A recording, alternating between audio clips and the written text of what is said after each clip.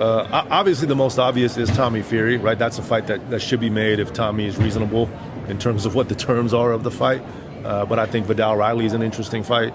I think Darren Till's an interesting fight. I think those three names come to mind as interesting fights. Definitely. Well, all right. Those who thought Jake Paul was heading into retirement after getting absolutely obliterated against Anthony Joshua back on December 19th, live on Netflix in Miami, Florida, suffered 2 broken jaws in 2 different areas, right? One on one side, one on the other side. Had to have titanium plates installed just to hold his jaw together, and also had many, many teeth removed during that fight. A lot of people were saying, that's it for Jake Paul. He is never coming back to the sport of boxing. Wow. Jake Paul's MVP partner, Nikisa, just dropped some breaking news on us.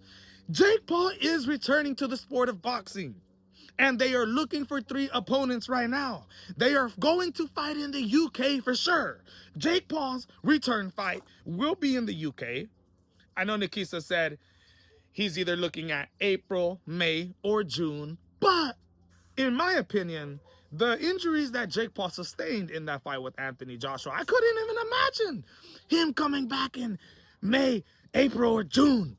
I mean, this guy would be absolutely ridiculous tough. If that's the case, coming back so fast after a traumatic injury like that, I don't think that's the case. I do think he's possibly coming back in September. I can see September or the second half of 2026. He says he wants to come back early 2026. I don't know if that's happening, but they do have 3 opponents that they are currently looking for. The number 1, Tommy Fury. Not Tyson Fury. Tyson Fury's little brother, Tommy Fury, who's already beaten Jake Paul, handed Jake Paul his first loss in professional boxing. They fought back in 2023. I remember it was in Saudi Arabia or Dubai. I remember the fight was like at 3 in the morning for them. And I remember seeing Jake Paul's eyes during the little locker room where they were putting the gloves on and warming up. You can see he looked absolutely tired. Now, I'm not giving him any excuses. He went in there, lost fair and square to Tommy Fury. But they're looking to try to run that back and get a rematch with him as long as Tommy Fury accepts no ridiculous request in the contract. As long as he accepts a good deal, Tommy Fury can be next. Now, if that fight doesn't happen, they're looking at other opponents like Vidal Riley. Vidal Riley, former English cruiserweight champion of the world, reigning, defending British cruiserweight champion of the world. I think his record is 13-0, undefeated. Actually has an amateur background. Started boxing at the age of 6. Is actually a skilled fighter. And is a cruiserweight champion. Now, the British cruiserweight champion that's more a little bit lower level than to any of the bouts considered full world champions or even interim champions or even, silver, gold, all that. He is the British cruiserweight champion. Jake Paul is looking to possibly get a fight with him. If you don't know, this guy also has a social media presence. His YouTube channel, Vidal Riley, has over 1 million subscribers. So he's a very, very known guy, I believe, in the UK. If he can't get that fight, the 3rd opponent is going to be against who? Guess.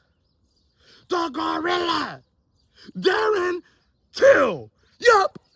I'm telling you right now, I don't care about a rematch with Tommy Fury. I don't care about a fight with Vidal Riley, even though he's undefeated. Cruiserweight would be a good test for Jake Paul. I don't see Jake Paul actually wanting to go that route.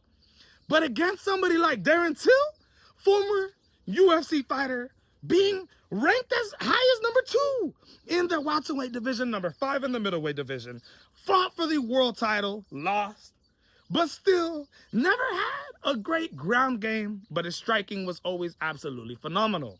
His last 6 fights in the UFC, he went 1-5, only won 1 and lost 5. Decided to leave the UFC, never worked on his wrestling, and instead headed into the boxing world where he's undefeated, 3-0. 2 knockouts coming off a ridiculous knockout. A ridiculous knockout to former UFC champion Luke Rockhold. killing him. I'm talking about Luke Rockhold's leg was goddamn behind his back. Ah, just a ridiculous knockout from Darren Till, bringing this man up to another level when it comes to stardom. Everybody knows that this guy is in the UFC. He fights for Misfits Boxing. It's been absolutely exciting. Is a very, very exciting person, not only inside the ring, but outside the ring. Him and Jake Paul would be an absolute ridiculous fight. Not only inside the ring, but also outside the ring. Darren Till and his mind games. Could you imagine? That fight, I would actually be hyped for. Jake Paul at this point, you know, he's lost 2 times in his career. His last fight was against a heavyweight ex-unified world champion, so he can say what it is about that. But in his next fight, he's coming back down to cruiserweight. And it's going to be very, very interesting to see how he looks after training for a very, very long time. Supposed to be fighting Gervonta Tank Davis. That doesn't happen. Ends up fighting Anthony Joshua. Brought guys in like Shakur Stevenson, Raymond Ford, Keyshawn Davis to come help him out in training camp. So it's going to be interesting to see how this all plays out, my people. So at the end of the day, Jake Paul is coming out of retirement. Whether you like it or not, he'll be back. I'm